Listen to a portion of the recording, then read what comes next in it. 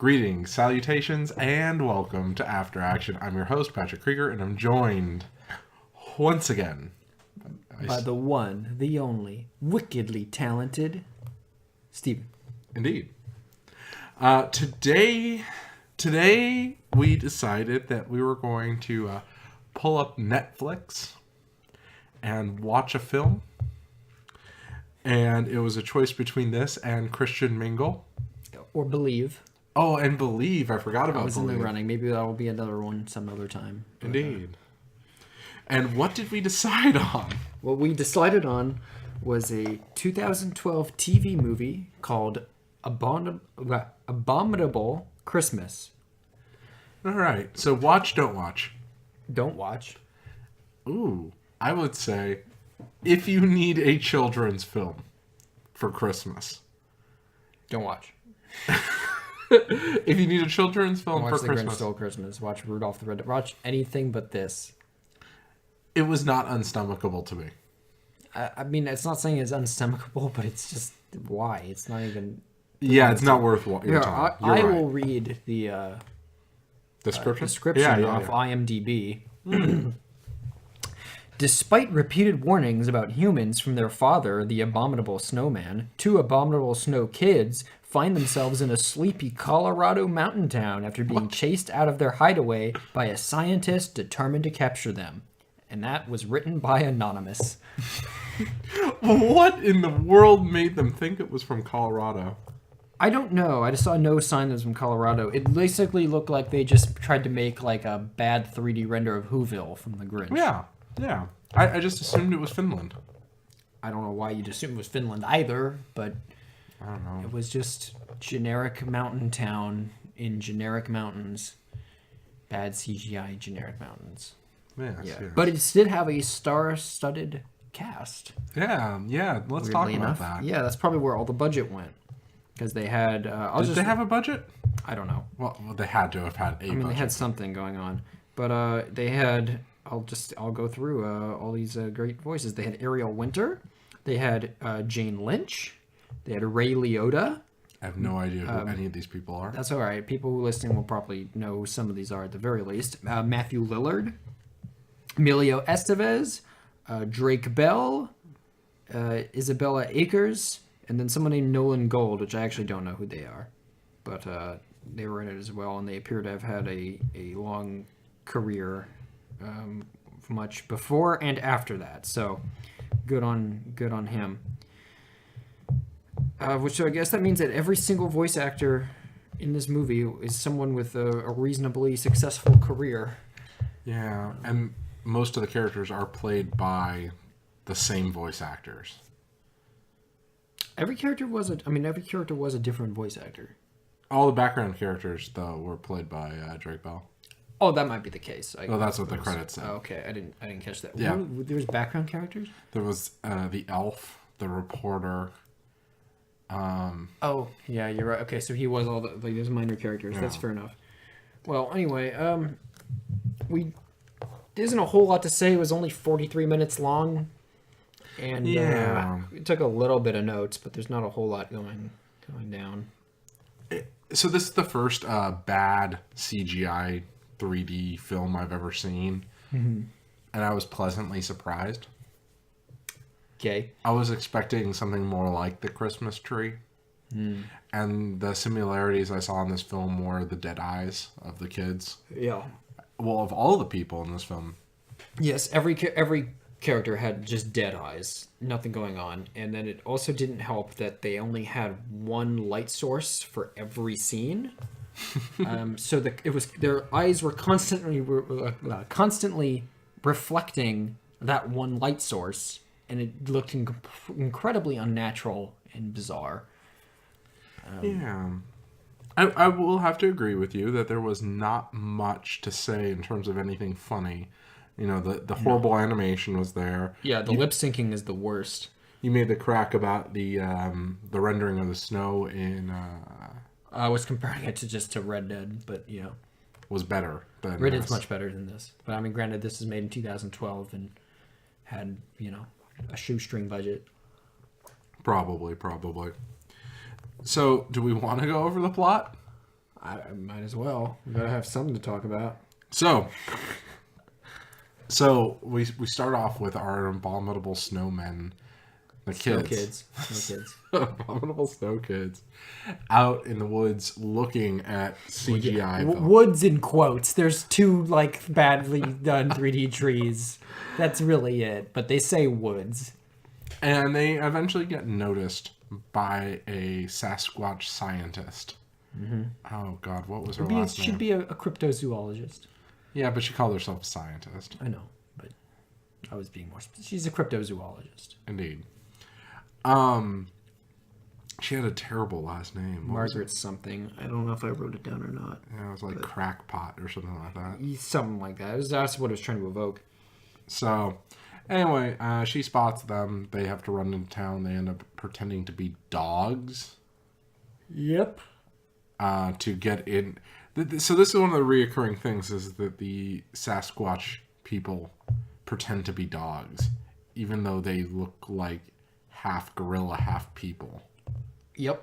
And they also talk and speak English. Yes, which I was at least wondering at first if it was their own language and that they were going to not be able to communicate with the humans, but no, they just speak fluent English. Yep. They're just totally fine with it. So I'm going to go out on the limb here and say that it's your basic kind of Christmassy movie. Well, no, it's not. It's just themed in Christmas. There's really no reason, honestly, for it to be Christmas. Except for it to be a Christmas film. Yeah. So, yeah, but I'm just going to go through the plot really quick so we can get to a couple funny things. Sure. So they pretend to be dogs. The girl finds out they're not dogs, they're abominable snowmen. The dad comes looking for them. All the while, the Margaret, whatever woman, is hunting them and trying to go through the legal process of getting the dog catcher to take them away. Dog catcher eventually takes them away. The father of the big feet works with the father of the humans to try to break the kids out. They fail at doing this and are then put in the kennel themselves in turn. And this is actually the only saving grace I thought of the film in terms of something I saw coming, but I was impressed they had the thing to do with that, or the thought to do that. The brother of our human girl is constantly on his computer the whole time. And the joke is he's oblivious to the world around him. And I'm like, isn't it going to be funny if he just saves the day? And he does. He does, because he's actually been secretly paying attention to everything, but he's been blogging about it, you see.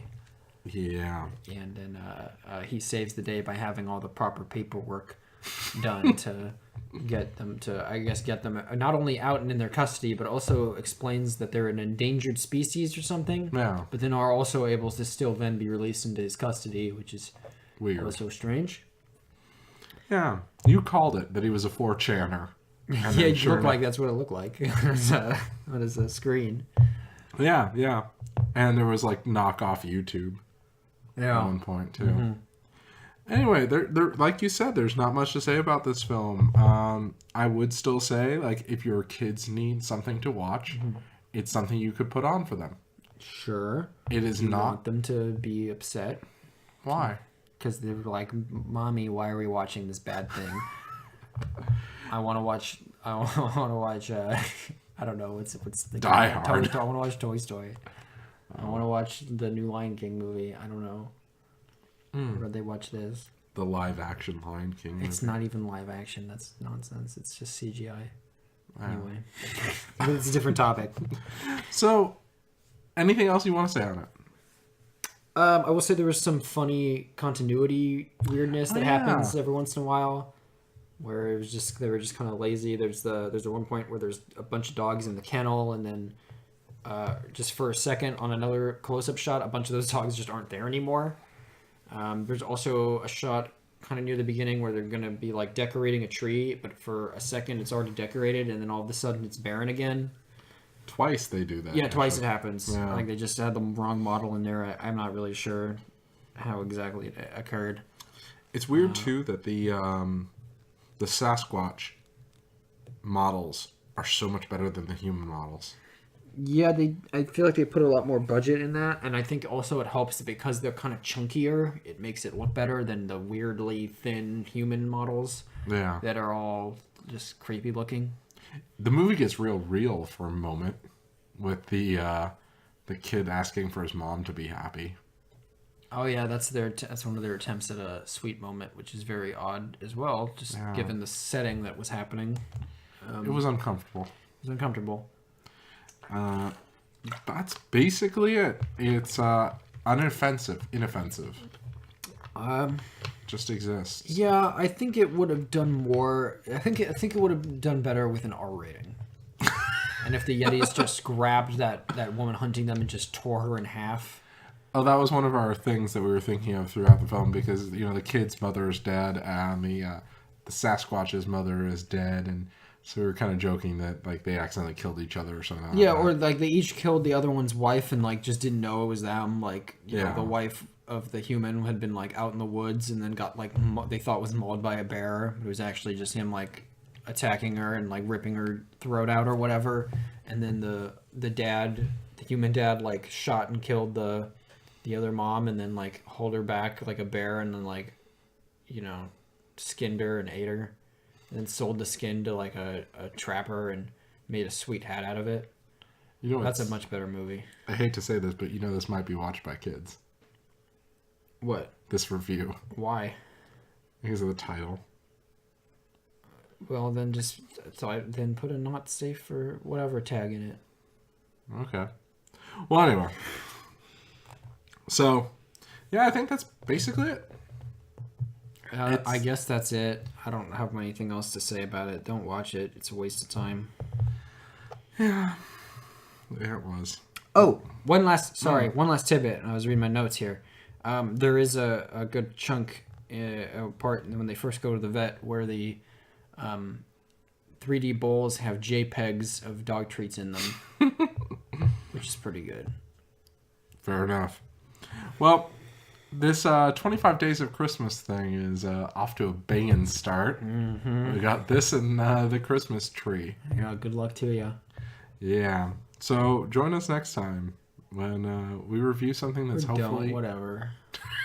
when we review something that's hopefully... Watch the Twisted Pair one. That one's good. The Twisted Pair review is actually cool. Also watch Love Lines and Hard Body. Any of the ones with me in it. They're always just dynamite. Except this one. Sorry. I failed you, Patrick. The movie failed us.